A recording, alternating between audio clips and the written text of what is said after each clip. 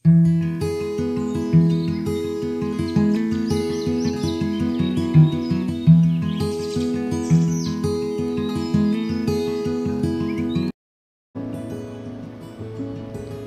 ka matahom nga kabuntagon mga kapaglaom.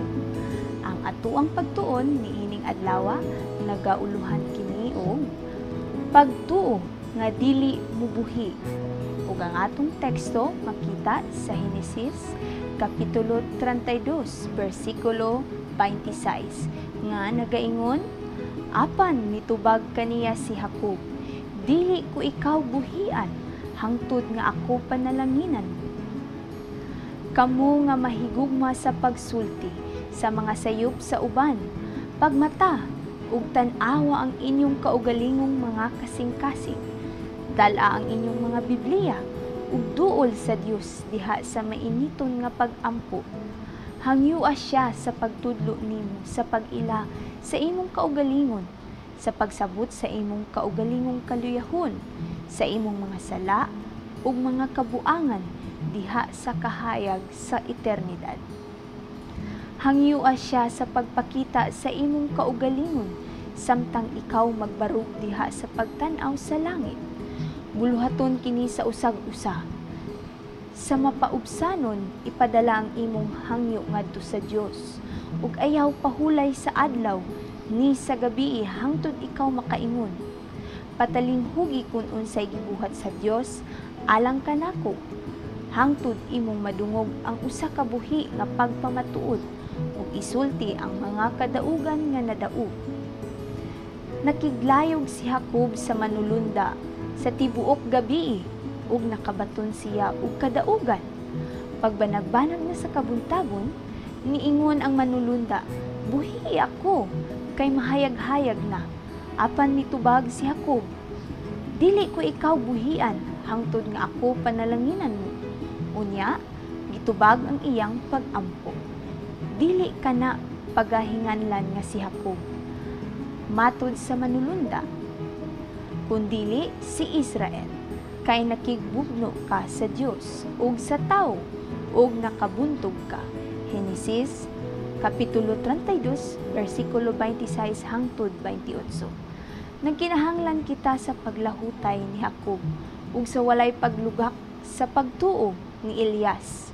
Sa makadaghang panahon gipadala ni Elias ang iyang sulugoon sa pagtan-aw kung ang panganod misaka, apan walay panganod nga nipakita. Sa katapusan, human sa ikapito ka beses, mibalik ang iyang sulugoon uban sa pulong. Tan-awa, dihay mituybo nga usa ka panganod gikan sa dagat. Ang kadyutayon ingon sa kamot sa usa ka tawo. Unang Hari, kapitulo 18, bersikulo 44. Miatras ba si Elias ug nag-ingon, dili ko makadawat niini nga ebidensya, akong paabuton hangtod ang mga langit niog. Wala, niingon siya, panahon na nga kita manglakaw. Nanimpalad siya sa tanan diha ni anang timaan gikan sa Dios o gipadala ang iyang mensahero sa iyang atubangan sa pagsulti kang Akab nga adunay tingog sa daghang ulan. Mao kana nga pagtuo nga atong gikinahanglan, pagtuo nga mukupot ug dili mubuhi. Ang tinuga nagsulti kanato nga si Elias, usa ka tawo nga sama kanato ug mga pagbati. Gidungog sa langit ang iyang pag-ampo.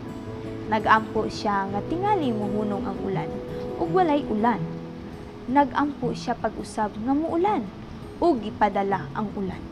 Ug nganong dili man hangyon ang Ginoo alang sa iyang katawhan karon? O hinaot nga ang Ginoo maghatag sa iyang espiritu. Oo, nga tukason ang kurtina aron atong masabtan ang tinago sa pagka-Dios nun. Kapag laom, ikaw ba karon anaa sa kalisod? Naa ba kay mga lulan o mga kinahanglanon nga gipangayo sa amahang langit nun? Ang atong devotional karon nagpahinumdum ug nagpadasig sa ato nga atong kuptan pag-ayo ang atong pagtuo ug ayaw gayud buhi ang kamot sa atong Ginoo, kay siya andam buhatag sa iyang panalangin. Magampo ta mga kapaglaw. Mahigugmaong Amahang langitnon, ikaw ang among kusog, naghatag ka namo og kinabuhi ug gasa sa pagtuo. Pasayloa kami sa among kapakyasan ug kakulangan.